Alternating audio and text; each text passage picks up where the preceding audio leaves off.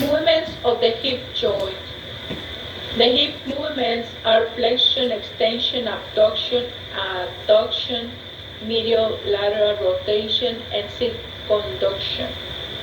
Movements of the trunk at the hip joints are also important, such as those occurring when a person lifts the trunk from the supine position during sit-ups, for example. The degree of flexion and extension of the hip joints depends on the position of the knee. If the knee is flexed, relaxing the hamstrings, the thigh can be moved towards the anterior abdominal wall. Not all these movements occurs at the hip joint. Some result from flexion of the vertebral column. During extension of the hip joint, the fibrous capsule, especially the iliofemoral ligament, is taut. Therefore, the hip can usually be extended only slightly beyond the vertebra. The abduction of the hip joint is usually somewhat freer than adduction. Rotation of the hip can be carried through approximately 1/6 of a circle when the thigh is extended and more when it is flexed. Lateral rotation is much more powerful than medial rotation. The main muscles producing movement of the hip joints are flexion, el iliopsoas, which is the strongest flexor, the sartorius tensor of fascia lata, the rectus femoris, pectineus, the adductor longus, the adductor brevis, the adductor magnus, which is also with the anterior part, and the gracilis. The extension is the hamstrings, the semitendinous, the semimembranous, and long head of biceps femoris. Adductor magnus, the posterior part, and gluteus maximus. The gluteus maximus is relatively inactive from the straight, which is the standing position, to the fully extended position unless forceful extension is required. It acts mostly from the fully flexed to the straight position, as in climbing stairs or in raising from the sitting position. The abduction, the gluteus medius and minimus, and tensor of fascia lata. The adduction, the adductor longus, the adductor brevis, adductor magnus, the gracilis, the pectineus, and obturator externus. In rotation, the medial rotators, anterior fibers of gluteus medius, gluteus minimus, and tensor of fascia lata.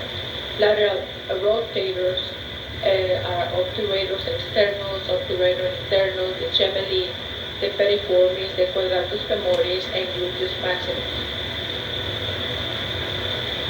The blood supply of the hip joint, the arteries supplying the hip joint of the medial and lateral circumflex femoral arteries, usually branches of the deep artery of the thigh, but occasionally arising as branches of the femoral artery.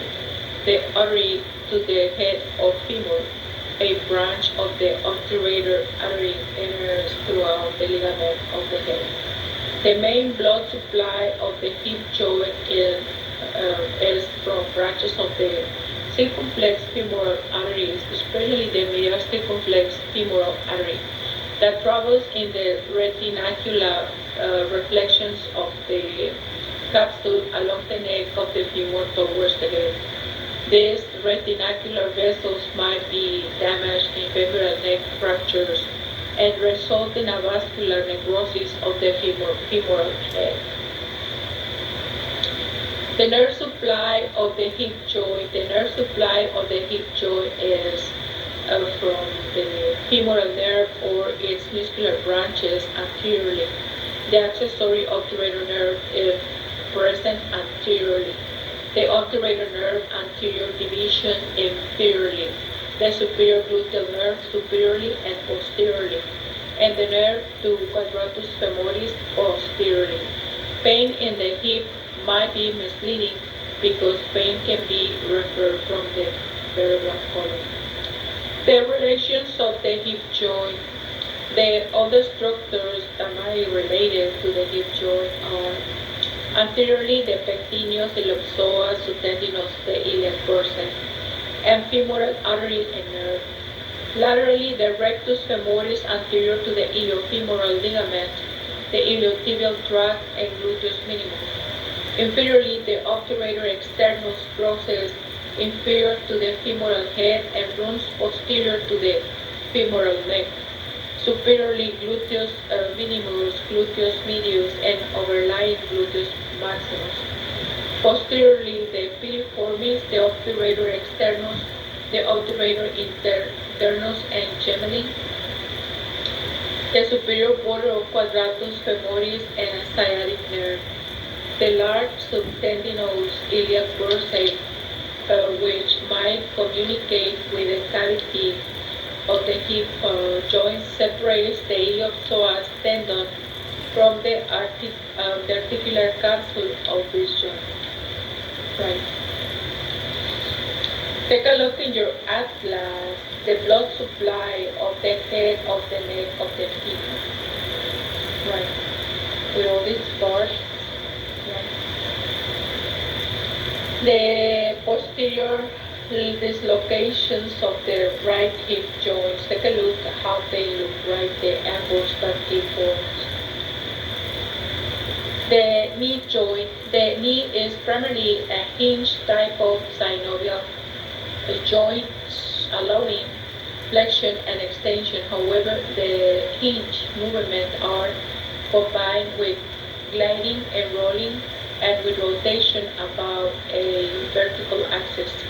Although the knee joint is well constructed, its function is commonly impaired when it is hyperextended. The articular surfaces of the knee joint, they are characterized by their large size and their complicated and incongruent shapes. The femur slants medially at the knee, whereas the tibia is almost vertical. The knee joints consist of three articulations: lateral and medial articulations between the femoral and tibial condyles, intermediate articulations between the patella and femur. Right. And this articulation is sometimes referred to as the patellofemoral joints, right? Patellofemoral joints. The fibula is not involved in the knee joint. The smooth superior surface of the tibia with which the medial and lateral femoral condyles articulates are the medial and lateral tibial plateaus. The knee joint is relatively weak mechanically because of the configuration of its articular surface.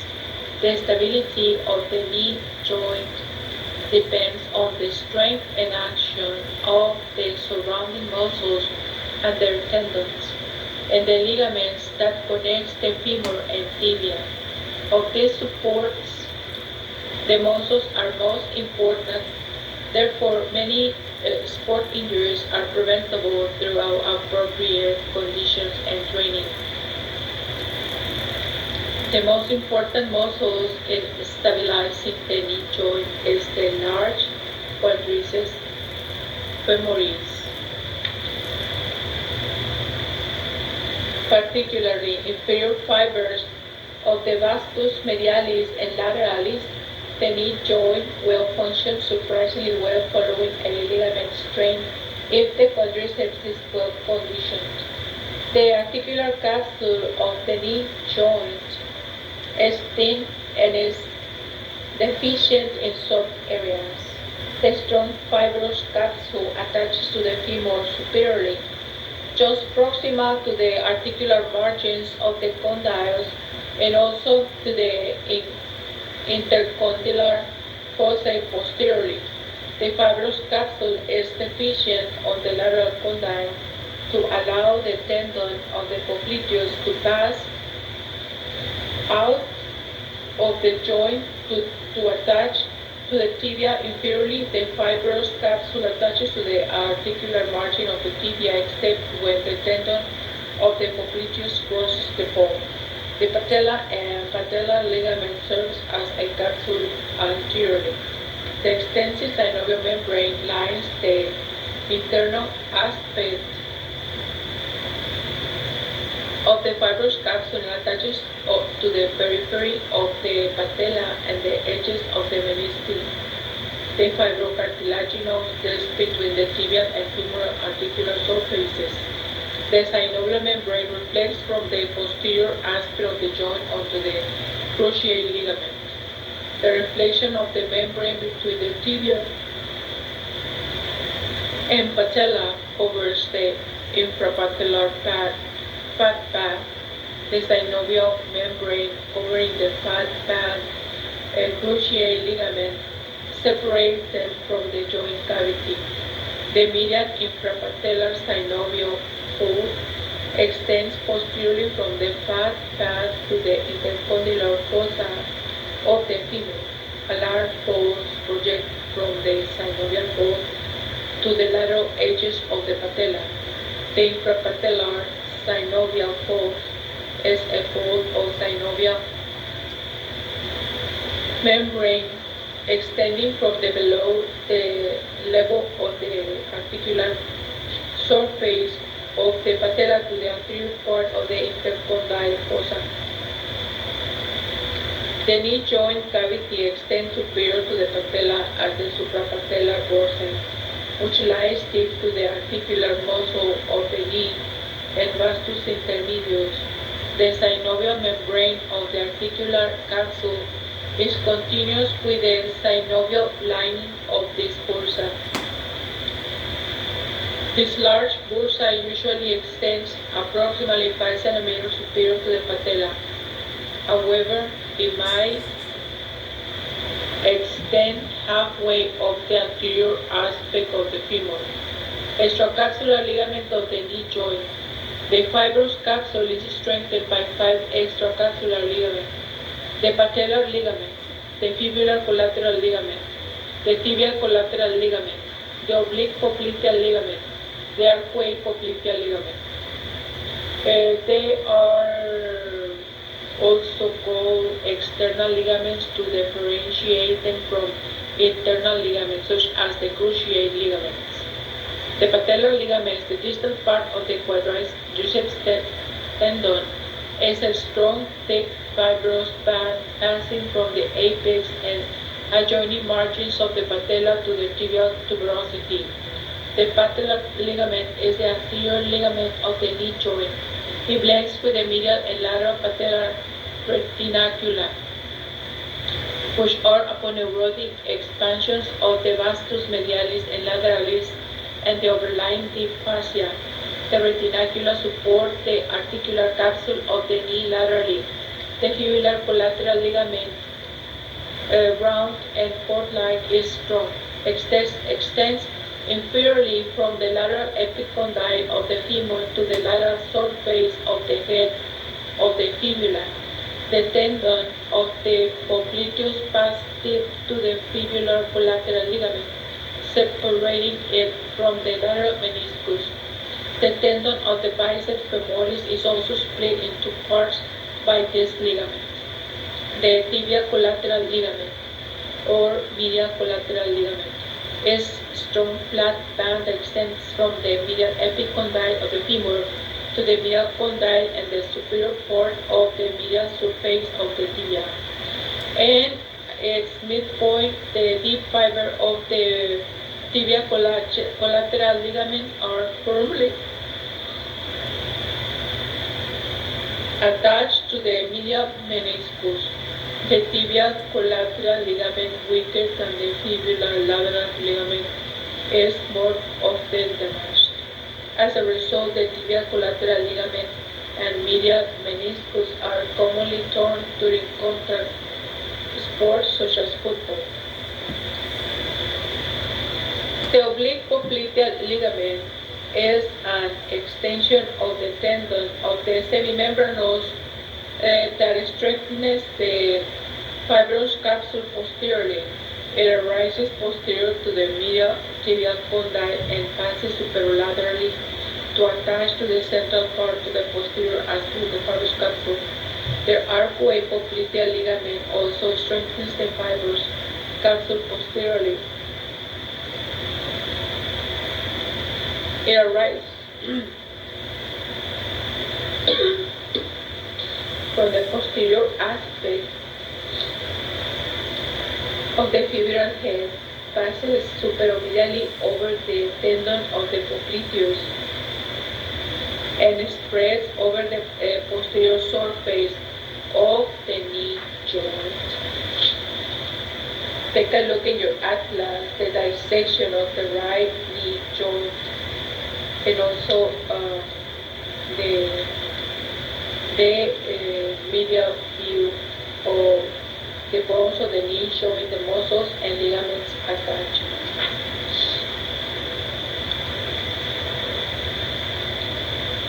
The intra-articular ligaments of the knee joints. The intra-articular ligaments within the knee joint consist of the cruciate ligaments and menisci, also known semilunar cartilages. The popliteal tendon is also intra-articular during part of its course. The cruciate ligament join the femur and tibia, crisscrossing within the articular capsule of the joint but outside the synovial joint cavity. The cruciate ligaments are located in the center of the joint and cross each other obliquely like the letter X, providing stability to the knee joint.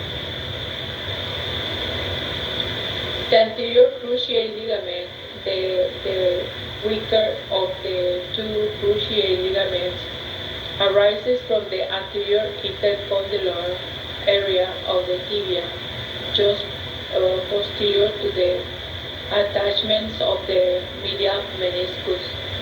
It extends superiorly, posteriorly, and laterally to attach to the posterior part of the medial side of the lateral condyle of the femur, right? The ACL has a relatively good blood supply.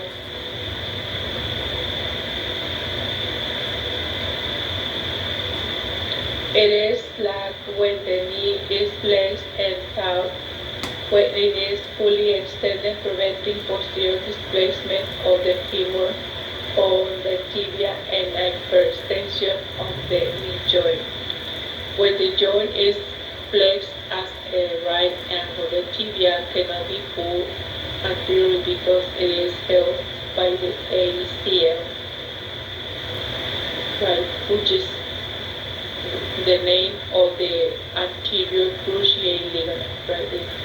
It's a way to pronounce it, right? And the PCL, the stronger of the two cruciate ligaments, arises from the posterior intercondylar area of the tibia.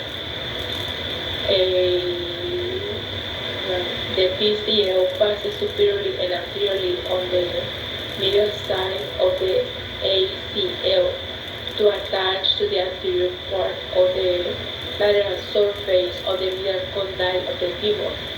The PCL tightens during flexion of the knee joint, preventing anterior displacement of the femur on the tibia or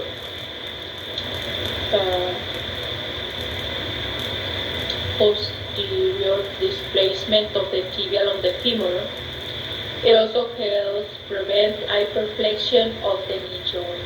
In the weight-bearing flexed knee, the PCO is the main stabilizing factor for the femur, right? Also, when walking down the hill, the menisci of the knee joint are presented plates of fibrocartilage on the articular surface of the tibia that deepens the surface and acts like absorbers. Shock absorbers. The Greek word meniscus means present. The menisci are thicker at their external margin and tapered within unattached edges in the interior of the joint, right? A wedge shape in transverse section. The menisci are firmly attached at their ends or to the intercondylar area of the tibia. Their external margin is attached to the fibrous capsule of the knee joint. The coronary ligaments are capsular fibers that attach the margins of the menisci to the tibial condyle. As slender fibers span the transverse ligaments of the knee joints, the anterior edges of the menisci, allowing them to move together during knee movements. The medial meniscus is C-shaped and broader posteriorly than anteriorly. Is an anterior end form. The anterior end, such as a form, attaches to the anterior intercondylar area of the tibia, anterior to the attachments of the ACL. Right. We have said the ACL is the anterior cruciate ligament, right?